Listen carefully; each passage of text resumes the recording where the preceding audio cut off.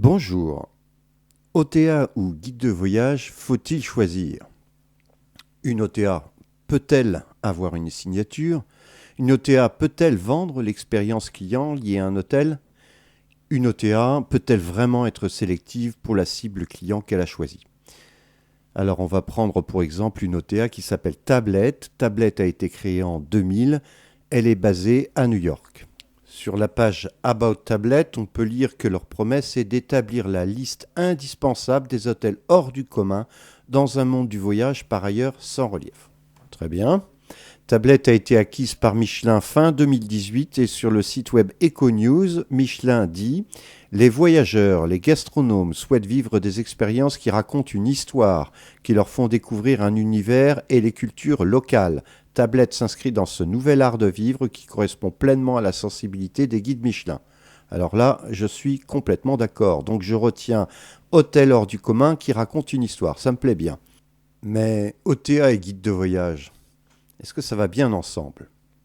Bon, visitons ce site web. Alors, si je compare cette page d'accueil avec celle de l'exceptionnelle marque Aman Hotel, que je détaille dans une autre vidéo, pour l'instant, on ne me raconte pas une histoire. Je vois un slider avec une période d'essai gratuite et un service payant pour avoir accès à Tablet Plus, qui offre des surclassements et autres services. J'ai de beaux hôtels, oui, mais ça ne fait pas encore une histoire. Alors si je balaye cette page d'accueil, je vois des offres exclusives, des nouveautés, des hôtels de campagne, des destinations populaires. Tiens, je reconnais Aman Tokyo. Je clique. Alors on me présente une liste d'hôtels, de petites photos classées par tarif. Je ne sais pas s'ils sont tous hors du commun, mais je vois bien mon hôtel Aman. On m'offre une photo d'1 cm² pour acheter une chambre à 803 euros. Bon, admettons que je clique. Là, j'ai des photos un peu plus grandes, mais bien que l'hôtel soit exceptionnel, je n'ai pas vraiment de photos qui font waouh.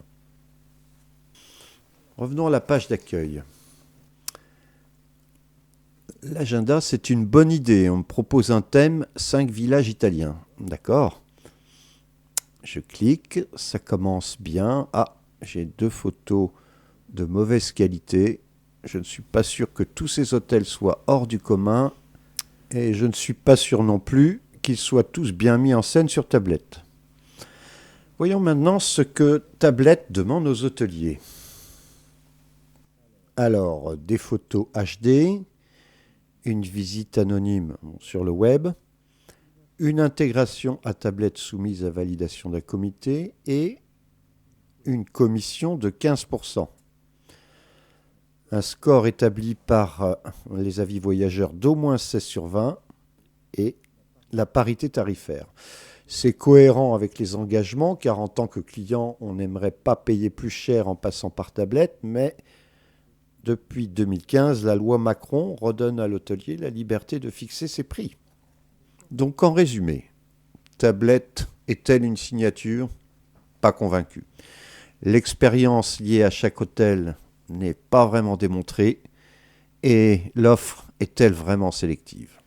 L'association de Michelin, connue pour son excellent guide avec une OTA, semble être une contorsion.